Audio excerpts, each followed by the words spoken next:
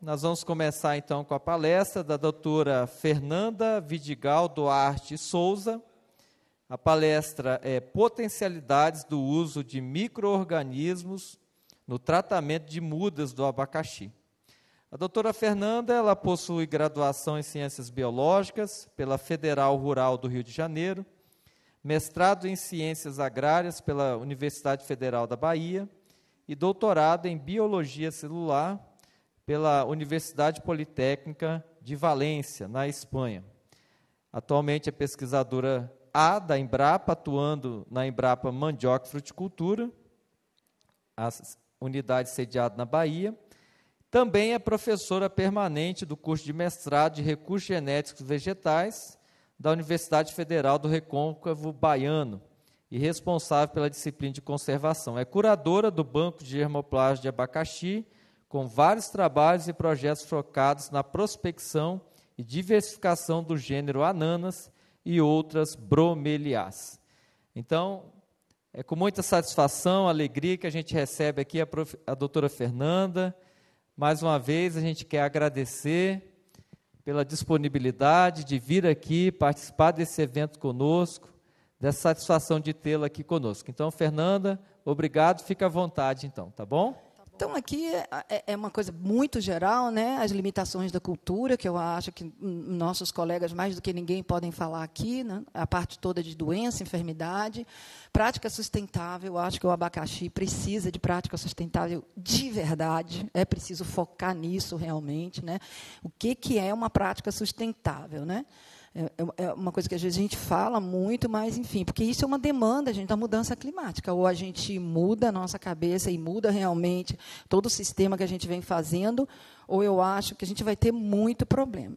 Mas a gente vai falar hoje aqui, basicamente, disso, tá? Que é a oferta de muda de qualidade, que é uma dor de cabeça para a cultura, ok? Bom, o que é uma muda de qualidade? Se a gente fosse nos juntar todos aqui, eu tenho certeza que nós íamos ter umas 50 bolinhas dessa daqui, que faltam coisas aqui. Mas, basicamente, eu diria que uma muda de qualidade, ela tem que ter uma matriz com uma boa genética, certo? Ela tem que ser sadia, livre de vírus, um vigor vegetativo bom, raízes ativas, funcionais, um bom potencial de crescimento e um baixo custo, fundamental. Então, são aspectos que realmente a gente precisa levar muito em consideração.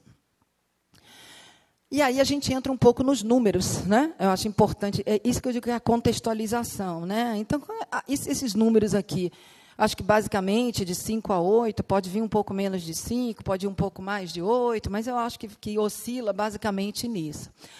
Em termos de produção de muda, de seccionamento de talo, esse trabalho é um trabalho de Totti, Túlio, né? A gente pode dizer que a gente teria 30 mudas, mais ou menos, e esse número aí, 450 mil, depois vocês espremam Aristóteles, ali que ele explica direitinho, mas, basicamente, é como se a gente fosse fazer seccionamento de talo, sei lá, em 15 mil plantas, a gente conseguiria, considerando que você vai escolher, selecionar lá o seu material, o que você vai fazer.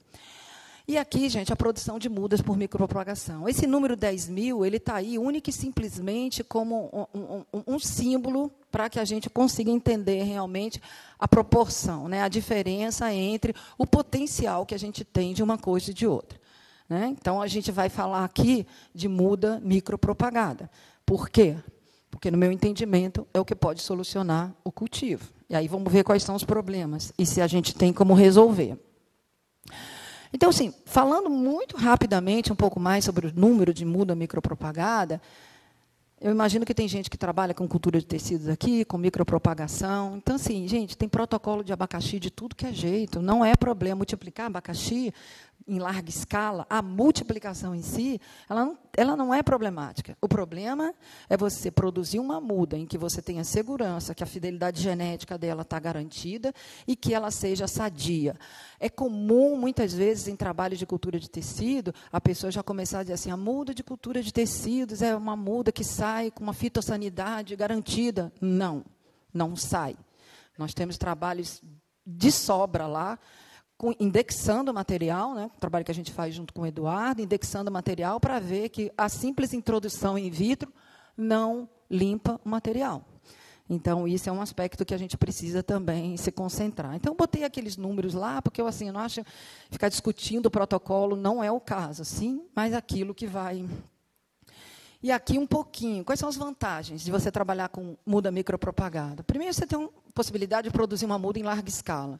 Segundo, a questão da uniformidade. Gente, isso é indiscutível. Isso que vocês estão vendo aí, essa foto, nós trabalhamos, né, nós temos cultivares de abacaxi ornamental, que hoje são produzidas por uma empresa no Rio Grande do Norte. E o primeiro cultivo deles foi todo feito com muda micropropagada. Essa foto é de lá. Padronização é impressionante e o vigor das plantas também. E a qualidade fitossanitária, mas essa qualidade fitossanitária, você que está produzindo a muda, a empresa que está produzindo a muda, é que tem que dar essa garantia. Não é tirar o material do campo e achar que as coisas vão acontecer.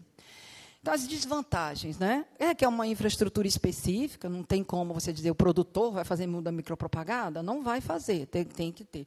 O custo da muda, que ainda é elevado, porque o tempo de aclimatização do material é longo, pela própria natureza fisiológica e morfológica da planta do abacaxizeiro.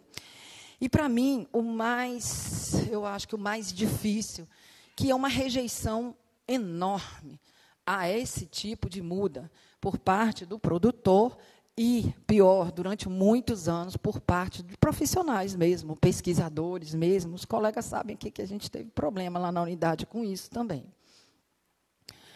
Então, aqui, eu estou mostrando para vocês uma rota que, para nós, é uma rotina lá no nosso laboratório, por conta do banco e por conta do melhoramento. Tá?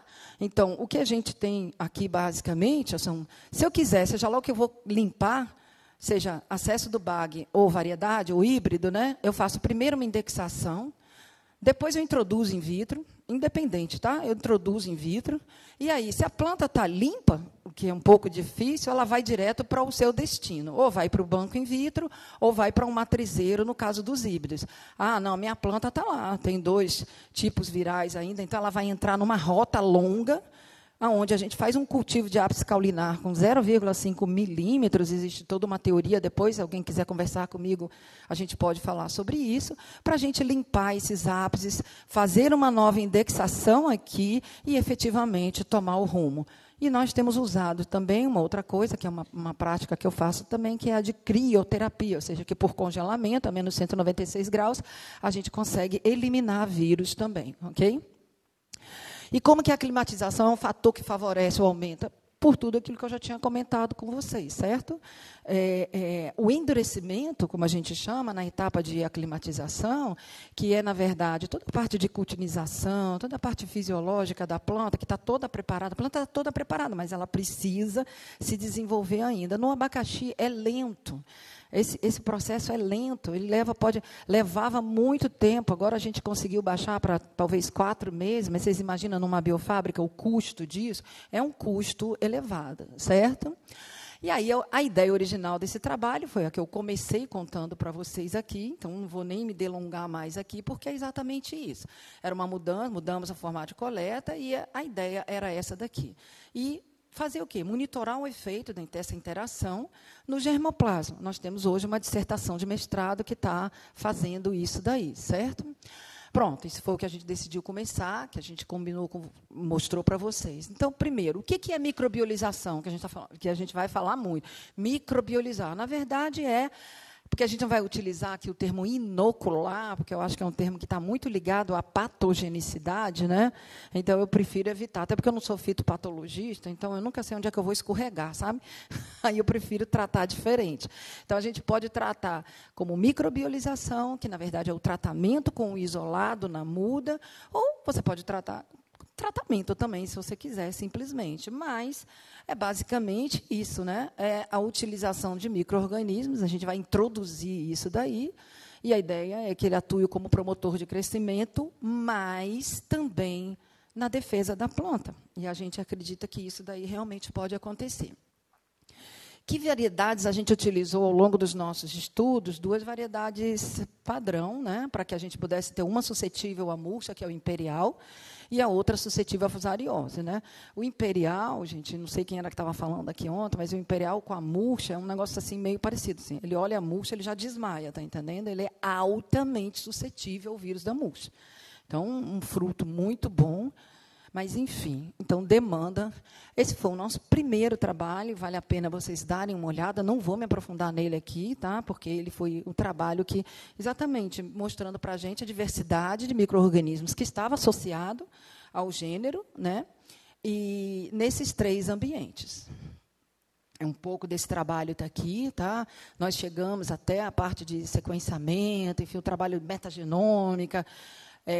Ainda que o sequenciamento a gente vai precisar repetir, mas, enfim, o trabalho deu uns resultados muito interessantes e vale a pena, quem tiver interesse, entrar lá no artigo. Bom, isso nós temos hoje, então, uma coleção que está sendo guardada lá na Embrapa, né, conservada lá na Embrapa, desses micro-organismos que foram identificados durante essa etapa do trabalho. Okay? Que isso daqui também foi uma dissertação orientada por um colega nosso lá, o Saulo, que hoje está na Alemanha. Bom, uma vez a gente não vimos, está aí tudo, fizemos o levantamento, a diversidade, então agora nós vamos usar, como é que nós vamos fazer? Como é que nós vamos usar isso daí, né? Aí a gente pensou, então nós vamos fazer o seguinte, a gente vai microbiolizar in vitro, a ideia era essa, vamos microbiolizar in vitro e in vivo. Aí pergunta assim, mas por quê? In vitro, porque eu acho que se a gente conseguir, numa escala maior, que isso possa ser feito numa biofábrica, seria interessante, e a gente está trabalhando, tentando trabalhar num sistema para isso, e in vivo, porque é uma coisa que um produtor pode fazer. Entende? Outra pessoa pode fazer, ou seja, fica acessível ao produtor. Então, nós fizemos esses 2 testes. E aí, é um outro trabalho, esse trabalho saiu agora também, em 2003, que é um pouco o resumo de tudo, porque senão ia ficar muito grande essa palestra, mas esse trabalho daqui, ele mostra exatamente o que a gente quer ver em termos de promoção de crescimento com o imperial. Então, vocês podem ver, ó, primeiro nós começamos com 18 isolados, isso é importante falar, tá? E fizemos um ensaio no que chama semifield, semicampo, porque não está no campo, gente, mas também não está numa casa de vegetação. Estava nos vasos, mas em temperatura ambiente, ao ar livre. Então, por isso que ele leva também outro nome. Então, nós fizemos esse ensaio daqui com 18 isolados. Todo o nosso trabalho foi feito com muda micropropagada, tanto para validação in vitro aqui, ó, quanto para a validação in vivo, né? Então, a gente aqui inocula in vitro, depois leva o que foi inoculado in vitro para a casa de vegetação, avalia. Ok? Outras plantas, então, aqui é um lote de plantas. Outro lote de plantas a gente tira do laboratório, aclimatiza. 15 dias depois que aclimatizou, a gente vai tratar, né? Com nossos micro-organismos aqui também. E aí a gente vai ver, né, o que foi que aconteceu. Então, aqui ampliando um pouco, só 18 isolados iniciais, a validação in vitro, que é uma sequência, trabalhando com a muda micropropagada e a suspensão celular. Certo? Bom, aqui, mais ou menos, né, o que a taxonomia de identificação desses 12 isolados em nível de gênero, né? E aonde, né, da onde a origem deles, né? Então, bactéria endofítica de talo, por exemplo, de ambiente comercial. Isso aqui é o material de Itaberaba, tá? Que estava nas plantas de Itaberaba. E aqui, bactérias de solo também de ambiente natural, e aqui uma bactéria de solo também de um ambiente natural, e a gente sempre tem um controle. Não vou, gente, assim, esmiuçar esse monte de gráficozinho aqui, porque nem faz sentido, mas eu estou botando aí para vocês verem que lá no trabalho, quem quiser ler, sim, você está me dando 20 minutos, mas você vai ter que considerar que eu tive que ficar enrolando aqui 10 minutos.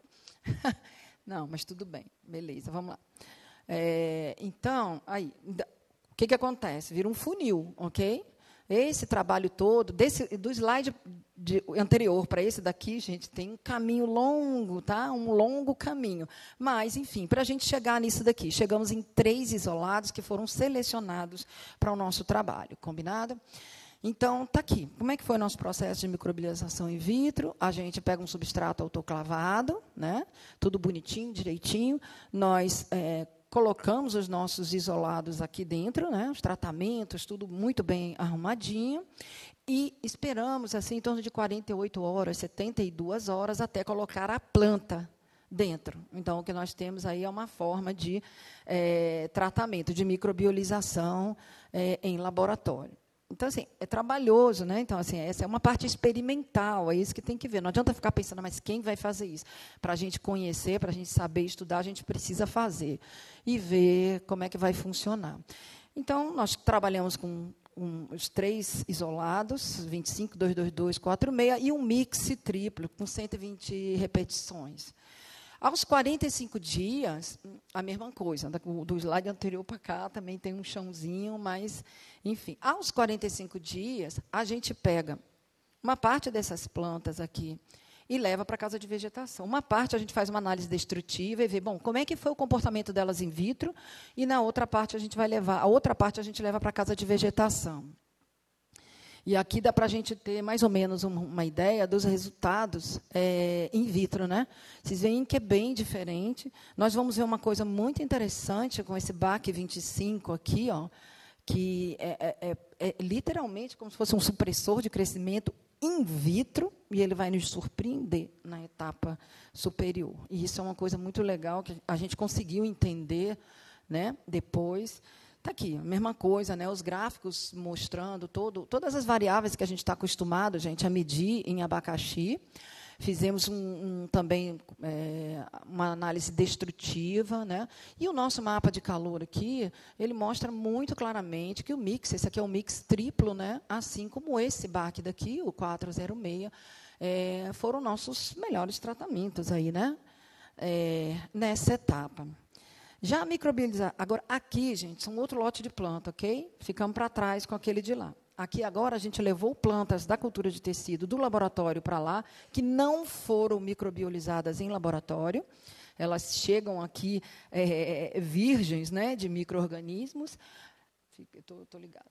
Elas chegam aqui livres, né, de micro-organismos e são, na verdade, microbiolizadas na casa de vegetação. Então, tudo isso a gente vai entender por quê depois, né? E aqui, ó, a gente vê esse resultado. Aqui já não aparece mais o mix e o quadro. Olha só que interessante, né? Aqui a gente tem o BAC 222 como um material mais promissor nessa fase. Esse artigo está aí, viu, gente? Quem quiser realmente ver ele bem... Conclusão, sem precisar cavucar aqueles gráficozinhos todos aqui, que não ia ter tempo, né? Esses 2 isolados, o 406 e o 222, eles realmente promoveram aumento em todas as variáveis para a fase do cultivo de semicampo. Lá, essas conclusões aqui são geradas, aquele dos 18 lá, certo? O tratamento 406 e o mix foram mais promissores para a promoção do crescimento no cultivo in vitro. O que a gente vê nesse trabalho ao longo do tempo é que os isolados se comportam diferente a depender de onde eles estão, em que etapa a gente vai trabalhar com eles. E isso complica um pouco a nossa cabeça, na verdade, né? O 222 foi super eficaz para promover o crescimento em casa de vegetação. E aí, gente, o BAC 25, que tinha dado um resultado péssimo in vitro, foi o melhor resultado, tanto nas condições de semicampo, quanto em casa de vegetação. Então, não é... Aí, assim, faz a gente pensar, né, o que qual o comportamento, realmente, deles que leva a isso, né? Ou seja, eu acho assim, sabe, eu não estou em casa, né? Gostei desse negócio aqui, eu não estou em casa. Na hora que ele vai para um lugar que ele se sente em casa, e aí ele tem um desempenho realmente muito bom, muito bom. E aí nós fizemos esse mesmo trabalho, gente, com os 2 novos híbridos, certo? Que nós temos, que Davi falou ontem, que é o BRS Sol Bahia e o BRS Diamante. Fizemos a mesma coisa, in vitro, em casa de vegetação. Essa é uma dissertação que vai ser defendida quarta-feira agora. Foi finalizada, é uma dissertação também. E aí, fizemos exatamente a mesma coisa que a gente fez do que eu falei para vocês, só que aqui nós mudamos um pouco isso. Vamos trabalhar com eles isoladamente, fizemos mixes duplos, entre eles e o mix triplo, e, claro, um controle. Está aí mais ou menos o resultado. É claro que a gente olhando por aí não dá muito para ver, mas aqui a gente consegue ver, por exemplo, tá? A inibição realmente do crescimento, por exemplo, com um mix triplo, enquanto que para o outro material é um mix que realmente deu um resultado muito bom. A gente vai ver um pouco aqui agora. Então, vamos lá. Na fase in vitro, os tratamentos compostos pelos 3 mixes duplos favoreceram os melhores resultados para o Sol Bahia. A gente vê que os 2 materiais, gente, eles têm os mesmos parentais, né, Davi? E se comportam diferente em termos de resposta ao tratamento com os isolados, sabe? Então, isso deixa a gente bem... Ou seja, para mim, isso daí só mostra que tem muita coisa para estudar ainda. Então, é por isso que a gente já tem uma equipe que tem nós temos um microbiologista, temos um fitopatologista, temos um virologista, mas, enfim, tem que aumentar aí esse espectro, né? Para estudar, que eu acho que vale a pena realmente. Enquanto que o tratamento que foi composto pelo mix triplo foi o mais eficiente para o BRS diamante. Eles têm realmente comportamentos diferentes, gente. Eles respondem diferentemente. Aí a gente aclimatizou isso daí e avaliou na casa de vegetação as variáveis que a gente sempre está acostumado a usar. Está aí tudo simples, foi muito bem feitinho, mas nos nossos copinhos, enfim. E aí, aqui, nossos resultados, está vendo? São os valores médios para os 2 híbridos. Aqui a gente consegue ver, aqui, está vendo? Altura, diamante, Sol Bahia. Compreende, diamante, Sol Bahia? O que a gente vê aqui? O BAC 25 realmente como o melhor dos isolados para praticamente, para tudo, né? E para ambos os híbridos. Aí você encontra, aqui, de vez em quando, você encontra um tratamento que também, mas ele vamos dizer assim, uma unanimidade. Então, ele promove realmente o maior incremento para todas as variáveis analisadas para ambos os híbridos. E a gente lembra que essa resposta igual foi registrada também para o imperial. Então, a gente respira um pouquinho, não deixa de ser um certo alento para dizer assim, nossa, a gente pelo menos encontrou alguma coisa que vai facilitar um pouco o nosso trabalho. Bom, depois a mesma coisa, gente, fizemos a microbialização, repetindo tudo aquilo lá. Fizemos a nossa microbialização também em casa de vegetação, né? E transplantamos para canteiro. Levamos esse material para o canteiro, e, na verdade, esses materiais estão até hoje. A gente deixa 90 dias, pelo menos, na casa de vegetação, antes de transferir para o canteiro. Então, isso aqui é a sequência metodológica que a gente fez, né? Ali a Caroline, que é quem vai defender quarta-feira agora. Aqui é uma foto deles recém-plantadinhos. Tem mais canteiro para o lado de cá, né? Esses canteiros vão até lá embaixo. Que são 7 tratamentos e 2 híbridos, né? E aqui os nossos grafiquinhos, que estão muito bonitinhos, mas, né, a gente, na verdade, aqui a altura, de um lado é o diamante, do outro lado é o BRS Sol Bahia, nossas letrinhas também aqui, né? Na coluna e na linha. E nossos resultados, na verdade, são esses. A gente vê nitidamente que o diamante ele responde aos isolados. Os tratamentos são sempre melhor do que o controle. Para quase todas as variáveis, o desempenho do diamante foi superior quando comparado com o Sol Bahia. Com exceção da altura da planta, isso é interessante. A altura, pelo menos lá no canteiro, viu, Túlio a altura da planta do Sol é muito mais alta, é uma planta bem mais alta. Agora aqui, nenhum dos tratamentos para o Sol Bahia apresentou valores maiores do que o controle. Às vezes até igual ao controle, mas maior do que o controle, não. Então, aqui precisa um olho talvez mais especial nosso, né? A gente vai testar agora novos isolados também, mas... Enfim, isso aqui, gente, está aqui, eles já grande agora, essa foto ela é relativamente recente. Eu botei essas faixas aqui apenas para a gente ver exatamente a questão da altura, está vendo? Esse aqui é o diamante e esse daqui é o Sol Bahia.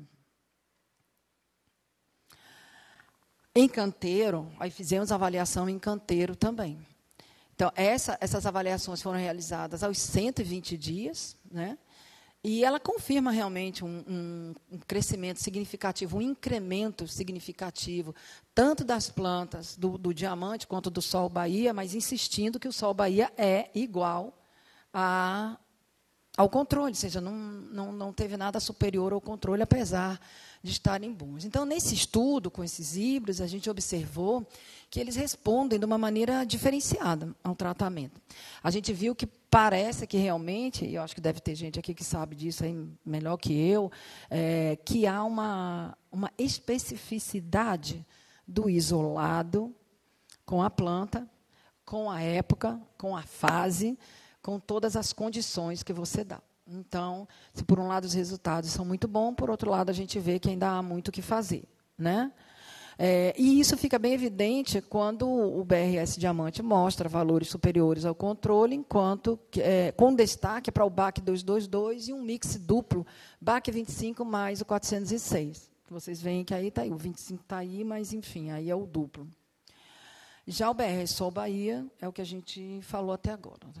Foi tudo bem e tudo. Bom, mas e aí, como é que a gente utiliza esses isolados? Então, a parte in vitro praticamente acabou, ainda que a gente estivesse lá tratando in vitro ou tratando in vivo. Mas aí, como é que a gente utiliza esses isolados no seccionamento de talo? Porque nos interessa que os resultados que a gente encontrar, o produtor tem uma forma de utilizar, que seja numa cooperativa, né? Para a gente não ficar só naquela esfera do inatingível para quem precisa do atingível, né? Então, a ideia foi, juntamente com o Túlio, para tentar dar acesso ao produtor. E eu vi ontem, né, que tem trabalho disso daí, acho que o trabalho dela está ali, eu estou olhando ela ali agora, né? Trabalho bacana também, ou seja, é isso, né? Tá todo mundo, a gente pensa igual, não é novidade. Então, o que nós fizemos? Resolvemos tratar os talos. Aqui, primeiro, a gente foi ver a questão das brotações. Será que esses isolados influenciam nas brotações, no número de brotações, no tamanho das plantas? Então, esse trabalho foi feito, né? Túlio fez esse trabalho aqui, a gente na bioenergia, lá onde ele mostrou ontem. Então, os talos foram imersos, né, na cauda com os isolados. E aqui, cauda bordaleza, os tratamentos, né? O BAC 222, um mix triplo aqui também, a água, o 406 e o 25, né? E foram 40 talos, tá? Ou seja, 80 sessões. Então, a gente tem um número, assim, acho que razoável e expressivo. Quais os tratamentos que deram melhor resultado? 406 e 25, com o aumento do número de brotações, certo? Túlio pode falar mais detalhadamente depois, assim, sobre esse trabalho. Um outro trabalho que também envolve o seccionamento de talo é o seguinte: com as mudas que nós microbiolizamos in vitro, aquelas mudas que a gente microbiolizou in vitro, nós aclimatizamos, certo? E mandamos lá para a bioenergia também, para que pudesse aí se avaliar essas mudas agora numa condição mais de campo, certo? Primeiro canteiro, depois de campo. E aqui eu gosto muito desses resultados. Está aqui o nosso BAC 25 de volta. O BAC 222 apresentou um crescimento muito interessante. O mix se mostra aqui um pouco, talvez, inibindo um pouco o crescimento, mas porque aqui pode acontecer, talvez, um isolado fica como antagonista ao outro, a gente não sabe direito o que acontece, mas provavelmente é isso. Vejam o controle, né? Então, a planta é muito superior, e esse controlezinho daqui é a planta como a bioenergia produz lá. Então, controle 1, controle 2, e nós temos uma planta muito bonita. E o mais bacana de tudo, aqui nós estamos vendo as plantas do BAC 25, aqui 222, que também você vê que o tamanho... Olha a murcha aqui, gente. Está aqui já. A famigerada está aqui. E olha as plantas do BAC 25, como estão. Aí você diz, não tem vírus aqui? Provavelmente tem, né, Eduardo? Se indexar, tem, com certeza que tem. Mas aqui não tem. Então, que mecanismo é esse aqui? O que está acontecendo aqui? Bom, pode ser um mecanismo realmente de supressão, acho que o Eduardo vai falar um pouco disso daí também. O importante, eu acho que agora, nisso, a gente entender assim, será que exuda alguma coisa que bota a colchonilha para fora? A colchonilha não quer? É nesse nível? É em nível do vírus mesmo lá dentro? Atinge algum tipo de sinal? Ele barrera algum tipo de sinal? Ou algo que é mais simples da gente pensar? A planta está tão bem, está tão vigorosa, está tão sadia, que é igual a gente, né? Quem está bem de saúde, come bem, malha, papapá, pega gripe, pega vírus, pega nada, gente, que eu mesmo não pego. Dou 2 espirros para o lado e acabou.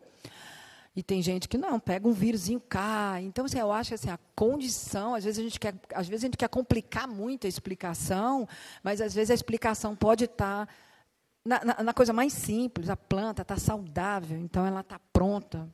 O vírus não. Quem trabalha com abacaxi e lidar com o vírus já deve ter reparado que, quando a planta estressa, ela pode estar linda. Deixa faltar água. Dá um estresse na planta, para vocês verem o que acontece. Ele aparece ali, daqui a pouquinho ela está fritinha, as pontinhas começam tudo a ficar. Então, o vírus, como a murcha, como todo vírus, né, ele se aproveita da fragilidade do material. Então, eu estou apostando um pouco nisso daí. E aqui, ó, essas plantas estão no campo. Olha, isso aqui já foram para o campo agora. Está campo mesmo. Ali estava em canteira. Aqui estão no campo agora. Estão bem bonitas. Aqui o feijão de porco, está vendo que o Túlio planta. E interessantíssimo, porque aqui a gente vê que o BAC 222, como a gente viu lá na foto anterior, traz resultados bons, principalmente para a folha D, né? O BAC 25, os resultados são melhores. Tudo que está em vermelho é o resultado melhor, tá? Para variáveis que são realmente importantíssimas. Número de folha, porque é a superfície fotossintetizante, e diamante, tá? E diâmetro da copa. Mas, em vista daquela foto lá de trás, a gente pensa o seguinte, não, tudo bem. O que eu fiz aqui? Hã? Nossa, agora você me assustou. Hã? Vamos lá. Então, aí a gente pensa... Quando olha para aquela foto, não, aqui eu fico com esse tratamento aqui, né? Se alguém tiver que me perguntar, é com ele que eu fico. Agora, a gente vai mostrar um pouquinho do que a gente fez com o pérola, né? Com a variedade pérola, né? A mesma coisa, gente, aqui, in vitro, o mesmo processo que a gente fez. Depois, uma microbiolização também, né? Em casa de vegetação. E aqui... a mesma coisa. A gente leva depois essas plantas também para uma condição de semifield, e a gente vê, vocês veem que aqui até os códigos estão diferentes, porque ele tinha sido feito anterior ainda era com isolados que estavam juntos, né? Promoção de crescimento em pérola? Tem, a gente vê que tem promoção de crescimento, sim. Mas o que nos chamou mais atenção, e esse foi um trabalho feito por Saulo, e Aristóteles está nessa parte também, né, da fusariose, foi que realmente parece que existe uma inibição, tá, do crescimento micelial. Olha a resposta com 416 aqui, e aqui no gutiforme com o BAC 25. Gente, muito preliminar esse estudo, tá? Não é uma coisa que nós vamos precisar repetir, e para isso nós estamos produzindo material agora. Então, mas é uma luzinha no fundo do túnel, né? Não deixa de ser uma luzinha lá no fundo do túnel. Nós ficamos contentes com esse resultado.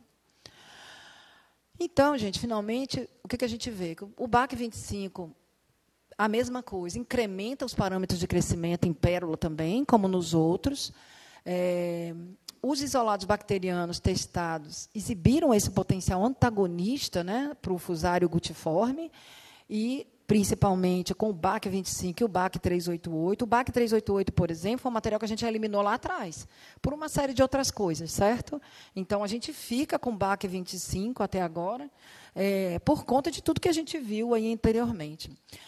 E o BAC 416 também reduz a ocorrência de sintomas associados também à fusariose no abacaxizeiro. Esses dois tipos aí de fusariose, Aristóteles está aí para explicar para vocês melhor. Até nas perguntas, se eu precisar de ajuda dos universitários aqui, eles vão entrar, viu, William? Então, vamos ver. Agora, a gente já estamos chegando mais ou menos nos finalmente. O segundo projeto, na verdade, o terceiro projeto, né? Isso que a gente mostrou aí vem de 2 projetos já de alguns anos. E agora nós estamos com um projeto em andamento, que eu estou chamando de segundo, aí, mas não é. Está em andamento. E aí, qual é o negócio? A gente vai avaliar agora em nível de produtor, em área realmente de produção. Sair da Embrapa, né? Até porque a gente tem uns clientes lá na Embrapa, umas vaquinhas, uns bichinhos, que eles dão problema para a gente. Então, a gente vai para a área do produtor, e porque também é o que interessa a gente, né? E outra coisa que é interessante, que a gente vai precisar fazer, e Túlio fez isso lá com o material que veio da bioenergia, aquele que estava em campo lá, ele falou assim, não, Fernanda, eu vou pegar uma parte dos tratamentos aqui e vou retratar, vou reinocular, né? E os resultados não foram bons, não foram interessantes, né? Porque algo para a gente pensar agora. O que a gente percebe é que aquilo que foi inoculado in vitro, aquilo que foi tratado in vitro, o bichinho fica lá dentro, parece que agarradinho assim, que não sai mais, sabe? É interessante isso. E a gente pode pensar que in vitro ele não tem concorrência nenhuma. Eu acho que ele consegue, talvez, se estabelecer melhor, eu acho. Então, vocês veem quanta coisa tem para a gente realmente esclarecer. A gente, então, quer também avaliar diferentes combinações, gente. Eu inoculo só in vitro, eu inoculo in vitro, depois eu reinoculo na casa de vegetação, depois em campo. Por quê? Porque, na verdade, a gente não está procurando só um produto. Não, eu quero um bioinsumo. Não, a Embrapa procurou o produto e o processo. Então, a nós nos interessa muito os processos que envolvem tudo isso daí. O processo de validação in vitro, de inoculação in vitro. Qual a importância? A importância é que uma biofábrica pode utilizar. Né? Assim como a biofábrica pode também tratar na casa de vegetação, pode ser que seja mais barato para ela, mas se o outro for mais eficiente, então tudo isso são perguntas ainda a serem respondidas. Tá? Então, isso aqui é um resumo, né, do nosso projeto agora, que está em andamento. Na verdade, o projeto é com Pérola e com Imperial, mas eu já incluí agora o Sol Bahia e o Diamante, porque a gente já tem resultados interessantes dele, né? E a mesma coisa, a gente vai, tudo que a gente validou aqui, essa parte do projeto já está mais ou menos feita. Então, o nosso problema agora está aqui, ó, certo? Tudo isso daqui realmente vai ter que ser repetido. Tem uma parte desse projeto que é muito interessante, e eu não trouxe ela para cá, porque também ia ampliar demais, que nós estamos fazendo com 2 pesquisadores da área de solos, um da física do solo e o outro, o Alisson seria o quê, gente? Manejo de solo, né? Então, a gente está tentando fazer uma interação desses isolados com a condição do solo, medindo parâmetros físicos do solo e medindo parâmetros também, toda a parte de carbono, toda essa parte a Alisson que está fazendo. E parâmetros químicos também. Então, está se tratando, o solo é tratado tanto com carvão quanto com muita matéria orgânica, e a gente está querendo ver como é que o uso de micro-organismos interage com as condições de solo. Né? Raul ontem chamou bastante atenção sobre o solo, Túlio falou também. E é isso, gente. O solo é o lugar onde tudo está. A gente não pode fingir que ele não existe. Então, é uma parte bem interessante. Isso daqui eu não poderia deixar de mostrar, porque ainda está faltando coisa que deveria ter outro slide. Tá? São os trabalhos que a gente faz. E é isso, a gente também está dentro da academia, né? Apesar de ser da Embrapa, nós também estamos dentro da academia, e eu, particularmente, acho isso de uma relevância enorme. Mais do que nunca, a gente precisa formar estudantes, formar bem formado, e em temas que são estratégicos. Né? Eu sempre digo lá, às vezes eu estou formando, a gente está orientando tanto nessa área, e aí eu peço aqui, por exemplo, aí o Eduardo Corienta, o Saulo Corienta, o Túlio Corienta, assim, tem, como eu não sou agrônomo, eu preciso de gente para me ajudar. Assim como criopreservação, que a gente está congelando, uma técnica maravilhosa. Eu estou formando gente, porque se a gente não formar gente, não vai ter quem faça. Pode ser maravilhosa a técnica, se não tiver quem faça. Então, formar o estudante, eu acho realmente muito bacana. E aí a gente já vê que aqui é a nossa conclusão, a gente vê que funcionou, tá? Mas a gente não pode bater o martelo. É preciso, o que nós estamos fazendo agora é repetir tudo isso daí, e isso vai ser repetido 2, 3 vezes, até que a gente realmente, com um número que a gente possa dizer assim, eu tenho um processo, ou eu tenho um produto que realmente é bom. A gente viu que reduziu também o tempo de aclimatização, a gente conseguiu levar a muda. É interessante isso. Não reduziu o tempo de aclimatização porque a muda ficou maior. Não. Mas é porque a gente conseguiu levar uma muda para o canteiro forte, robusto, que apesar de não estar tão grande, aguentou o solzão lá de boa, entendeu? Então, isso foi muito interessante, foi uma redução de tempo muito interessante. Como reflexão final, eu queria trazer o seguinte: eu acho que a muda micropropagada é um caminho sem volta.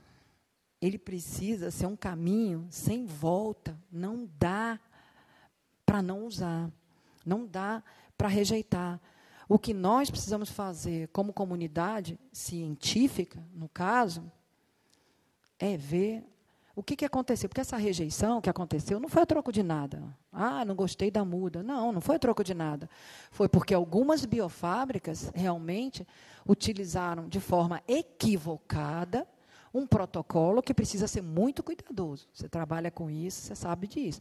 Número de subcultivos, balanço hormonal que a gente utiliza, existe uma série de coisas. Tá? Então, essa rejeição, ela não foi uma rejeição que nasceu do nada, não. Ela nasceu com motivo. Mas eu acho que nós passamos da época agora, passamos do tempo, né, de ver como é que essa muda é no campo, entende? Então, assim, tem que levar para o campo. Nós precisamos ver como é o comportamento dessa muda no campo. Ah, não, mas aconteceu isso. Ah, então tá, aconteceu isso. Então, vamos ver onde é que a gente vai mexer aqui para que não aconteça isso. Não dizer que não vai usar, certo? Então, para mim, eu acho que essa é uma mensagem para a comunidade científica trabalhar juntamente com o produtor, com as cooperativas, para que a gente saia desse sufoco da muda. Na Embrapa, agora, nós estamos fazendo isso. Então, eu já tenho todas as matrizes limpas, seguindo aquela rota que vocês viram ali. Então, trabalho agora limpando outras matrizes de Davi também e multiplicando.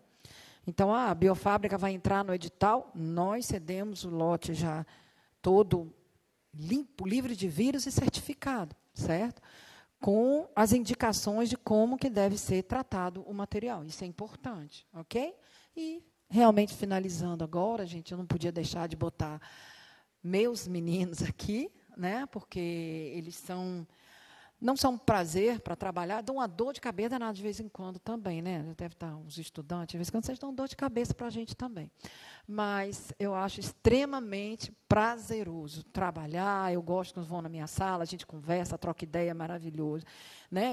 São 4 pós-docs aqui, e aqui mestrandos, né, 3, ela vai defender semana que vem agora.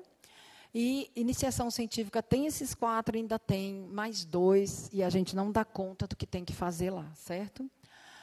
Aqui são meus colegas, né? São os pesquisadores, muitos são colegas e amigos que estão envolvidos nesse trabalho. Saulo está na Alemanha agora, Eduardo está aqui, o nosso, a pessoa da virologia, é o pesquisador que realmente dá um suporte enorme. Claudinha é uma pessoa também incrível, Túlio, que também está fazendo um trabalho bacana, Haroldo, Totti, todos dois com a experiência deles. Everton Hilo foi meu estudante, meninos, de iniciação científica. Começou comigo na iniciação científica, pensem num cara bom. Está aí hoje professor da UFRB, e eu espero que futuro pesquisador da Embrapa. Aqui, do IF Baiano, aqui o pessoal do Solos, Alisson, Laércio, Arlen, da microbiologia, Davi, do melhoramento. Uma coisa interessantíssima que a gente está fazendo com a UFES é trabalhando com nanopartículas agora como vetores, para ver se a gente consegue, por meio de nanopartículas, inserir de uma forma mais eficiente esses isolados. É um trabalho que está sendo feito com ele lá. E aqui, gente, toda a parte, que a gente não esqueceu no projeto, tem toda a parte de custo e economia. Nós botamos 2 economistas aqui para fazer conta, né? Então, acho que isso daí é muito importante. E obrigado pela atenção. Passei dos 40 minutos? Pouquinho ou passei?